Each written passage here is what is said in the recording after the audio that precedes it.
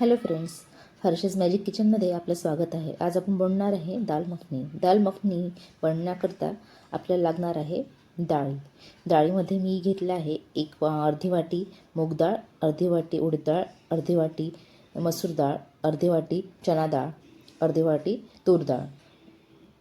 मी 5 प्रकारच्या डाळी घेतल्या आहे. तुम्हाला तुमच्या घरी जितक्या अवेलेबल असेल डाळी तितक्या त्या घ्यायच्या. आणि मी 5 लोकांच्या प्रमाणात बनवलं आहे. तुम्हाला जर जास्त बनवायचे असेल किंवा कमी बनवायचं असेल दाल मखनी, तर त्या प्रमाणात कमी प्रमाणात किंवा जास्त प्रमाणात डाळी घेऊ शकता तुम्ही. कुकरला 4 शिट्ट्या काढून घ्यायच्या. नंतर गॅसवर कढई ठेवायची. त्याच्यामध्ये 2 पळी तेल टाकायचं.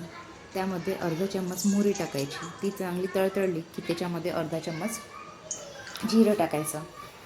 जिरं तळतळलं चांगलं की त्याच्यामध्ये पाव चम्मच हिंग टाकायचं.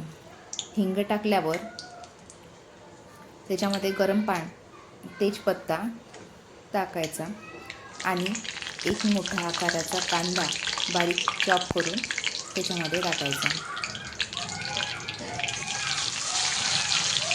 कांदा थोडासा परतून घ्यायचा. नंतर त्याच्यामध्ये 4-5 लसणाच्या कळ्या आणि अर्धा इंच आलं हे चांगलं कुटून घ्यायचं दगडाने आणि ते टाकायचं आणि एक मिरची टाकायची. कलर येईपर्यंत ते भाजून घ्यायचा कांदा वगैरे.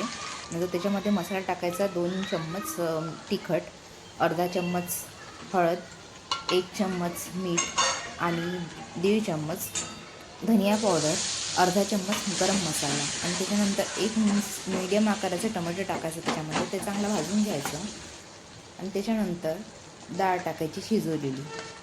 ती चांगली 5 मिनटं त्या मसाल्यामध्ये परतून घ्यायची आणि नंतर त्यामध्ये गरम पाणी घालायचं. गरम पाणी घातल्यावर त्याच्यावर एक झाकण ठेवून ते किमान 10 मिनटं शिजू द्यायचं. तुम्ही तुमच्याप्रमाणे पाणी कमी जास्त करू शकता. घट्ट डाळ हवी असेल तर पाणी कमी टाकायचं.